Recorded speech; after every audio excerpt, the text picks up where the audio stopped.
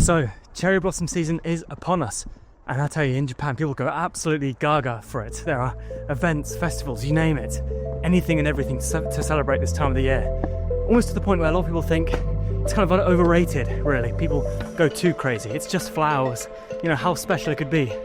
Well, I'll tell you this much. With a view like this, you can see just how special it is.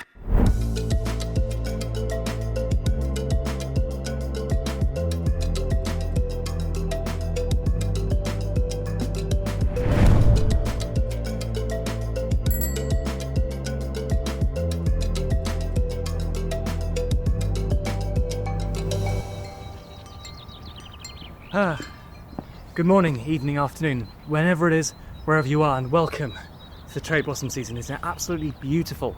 And today, what I'm going to do is just basically walk around my local shrine, one I've shown before in a previous video, but now it's completely transformed.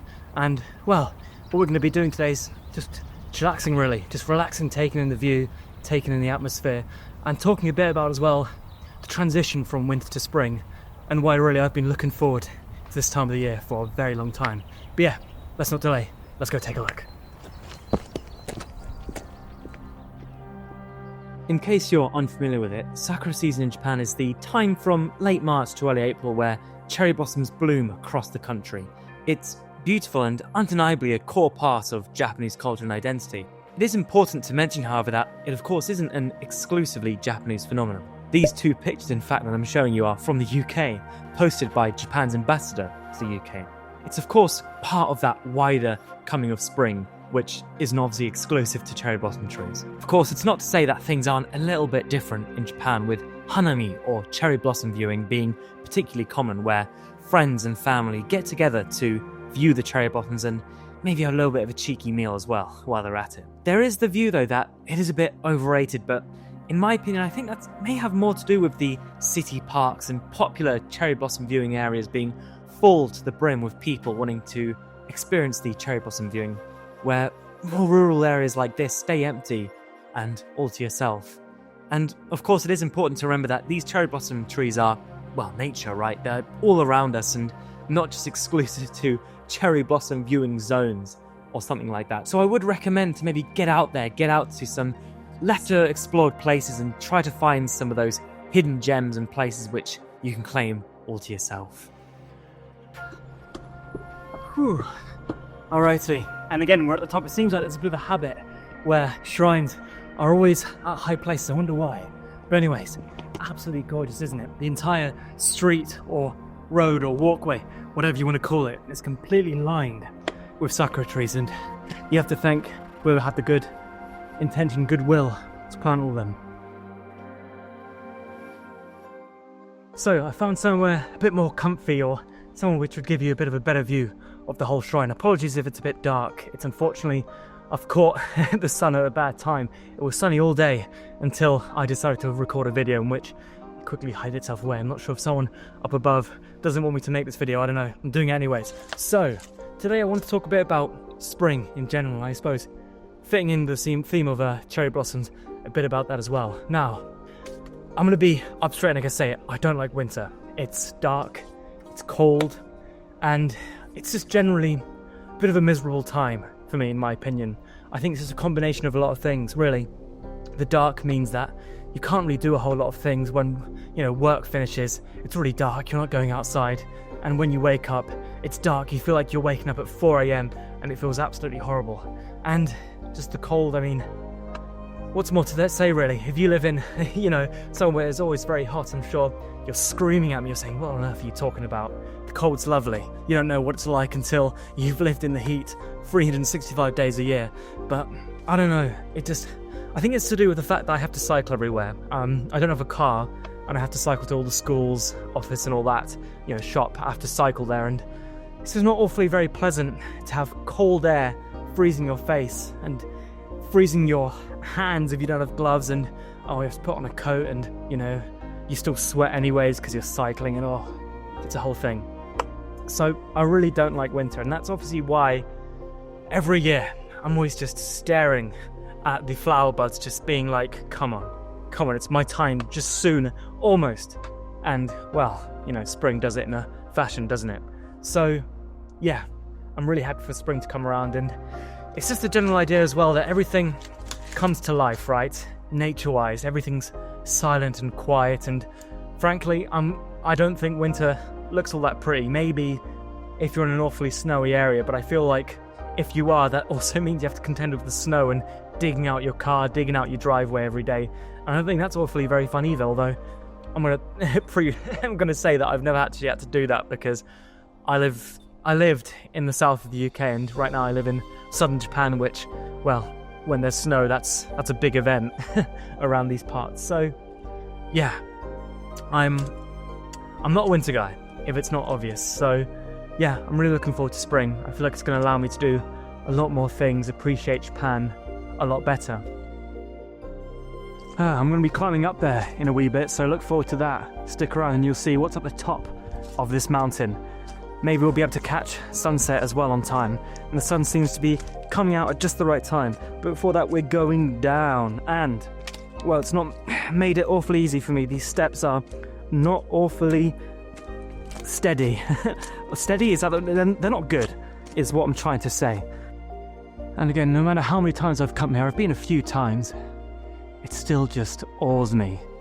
And again, just the fact you have this entire place to yourself. If this was in the middle of Tokyo, maybe this would be a very popular location. I don't know. I've not lived in Tokyo, I've only been there a few times in passing, so I'm not going to act as if I know the place. But again, look down there, how beautiful that view is. You can probably get better, but hey, you can't get much better with it all to yourself, in my opinion. And obviously the nice thing about spring is that it's not all about those cherry blossoms over there, it's also about all the other stuff that props up.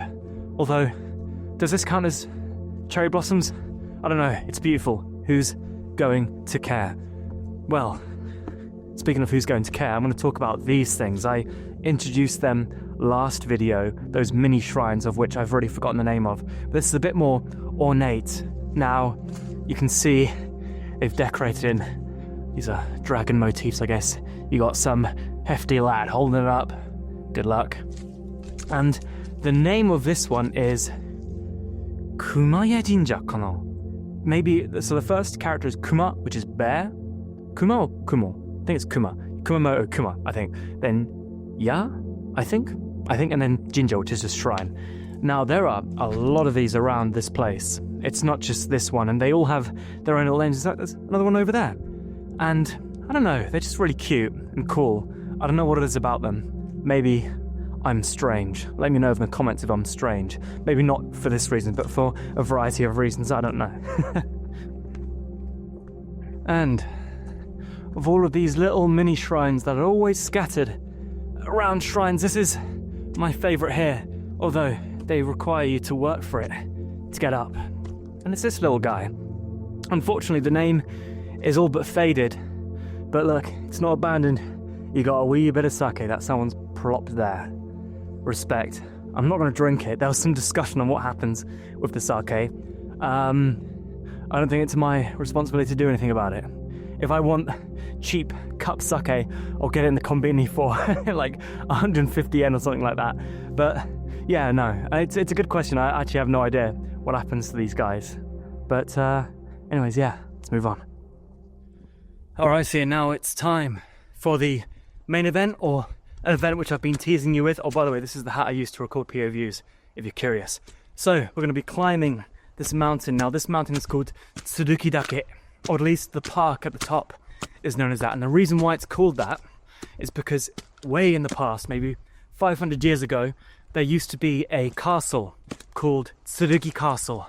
And Tsurugi just means sword or blade, if you're curious. Now, that's long gone, and you don't really see, there's maybe some remnants of the castle walls, and that's really it. It wasn't a big castle that you might be imagining, but the name survives, and it doesn't just survive here. Some of the schools are actually still called Tsurugi as well, and there are some references here. There's actually a load of shrines around here called Tsurugi Shrine. The shrine from the last video was actually also called that Yasurugi Shrine, which means 8, and then Sword Shrine. I don't know if it's a reference. Sorry, again, get a bit out of breath. Let me just compose myself.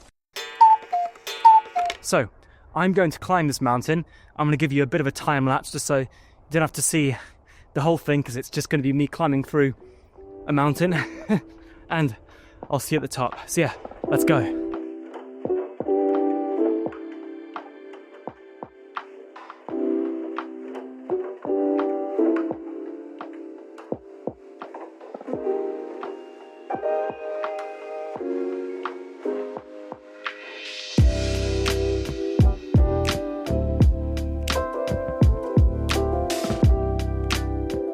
And wow, look at that. Isn't that more like it? Screw your winter, screw your snow and your preferences. No, I'm just joking, obviously. You're free to like whatever you want.